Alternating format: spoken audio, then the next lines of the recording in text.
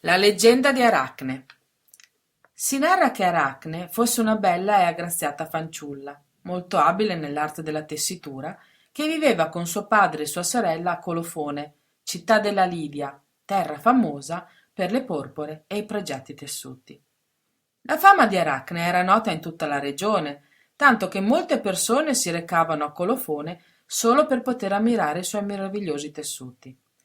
E tutti credevano che il suo talento le venisse direttamente dagli dei dell'Olimpo. Purtroppo però, col passare del tempo, la fanciulla divenne talmente superba da sostenere che la sua arte superava quella di Atena stessa e che nessuno avrebbe saputo tessere o ricamare meglio di lei. Un giorno Aracne, di fronte ad alcune persone giunte ad ammirare il suo lavoro, arrivò a sostenere che non era lei ad aver appreso i segreti dell'arte da Atena, ma al contrario la stessa dea avrebbe avuto da imparare proprio da lei.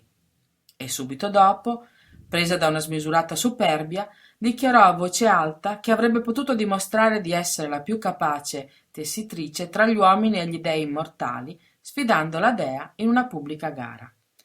Atena, non appena appresa la notizia, fu sopraffatta dall'ira, ma poi, volendo dare alla ragazza la possibilità di pentirsi di aver lanciato questa sfida, si presentò ad Aracne travestita da vecchietta e le suggerì di ritirare la sfida e di accontentarsi di essere la migliore tessitrice tra i mortali.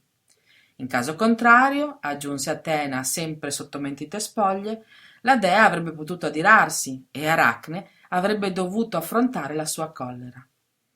Con l'incoscienza dei giovani Aracne si fece beffa dell'anziana donna e per tutta risposta le replicò con disprezzo che se Atena non accettava la sfida era perché non aveva il coraggio di competere con lei.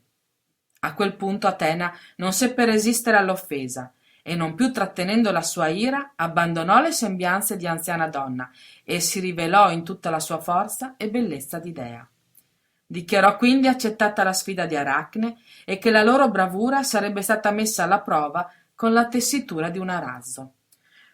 Per un momento fu lo stupore e il timore a cogliere la giovane davanti alla dea guerriera, ma poi di nuovo la superbia ebbe la meglio e Aracne, sicura delle sue capacità, si mise al telaio. Sedute ai telai, una di fronte all'altra, Atena ed Aracne iniziarono a tessere. E via via che le matassa di fili colorati si srotolavano dalle ceste per intrecciarsi nella trama e nell'ordito, sulle magnifiche tele apparivano le scene che ognuna delle due sfidanti aveva deciso di rappresentare. Nella tela della dea erano evocate le grandi imprese da lei compiute, le molte sfide vinte, i suoi poteri divini e le terribili punizioni che gli immortali infliggevano a chi osava sfidarli, ma anche tutt'intorno rami di olivo, simbolo di Atena e di pace.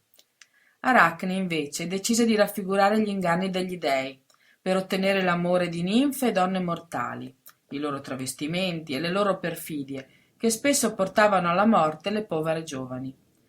Un'edera che si intrecciava ai fiori contornava la tela, e le immagini erano così perfette da sembrare vere.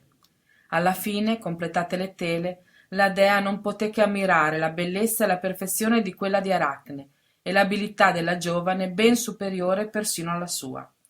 Ma subito, vedendo le scene che accusavano gli dei e mostravano le loro astuzie e i loro inganni, Atena fu presa di nuovo dall'ira e con violenza fece a brandelli la tela e colpì la sventurata fanciulla con una spola. Fu allora che Aracne, umiliata e sconvolta dalla reazione di Atena, comprese fino in fondo la gravità della sfida lanciata alla dea e si sentì perduta. Così tentò di sottrarsi alla sua ira scappando e non trovando altra via d'uscita, in preda alla disperazione, decise di suicidarsi impiccandosi ad un albero.